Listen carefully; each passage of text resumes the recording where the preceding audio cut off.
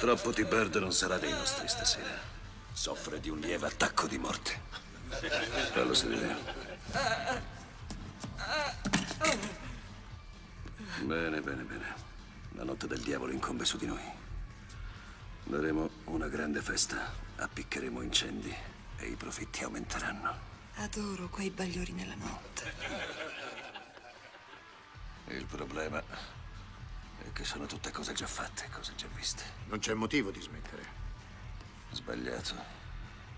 C'è un motivo per smettere. Un grande motivo. A un uomo viene un'idea. L'idea conquista altri, altri come lui. L'idea si diffonde. L'idea si trasforma in istituzione. Ma qual è l'idea? È questa la domanda che mi ha tormentato. Posso solo dirvi che quando ho capito, un sorriso mi si è stampato sul volto. Vedete, signori, l'avidità è una cosa da dilettanti. Il disordine, il caos, l'anarchia. Là è la vera grandezza. È la notte del diavolo, allora. Superata.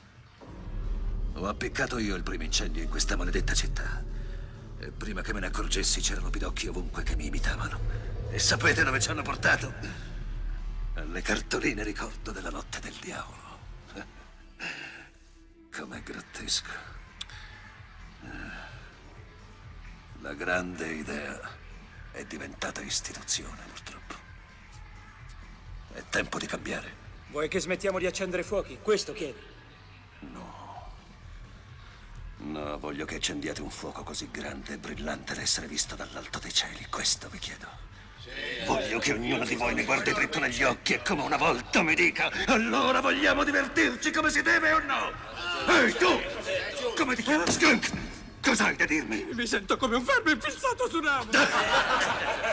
Io mi sento come un verme infilzato su un ramo. Bravo, ragazzo. La tua bambina sarà molto orgogliosa di te.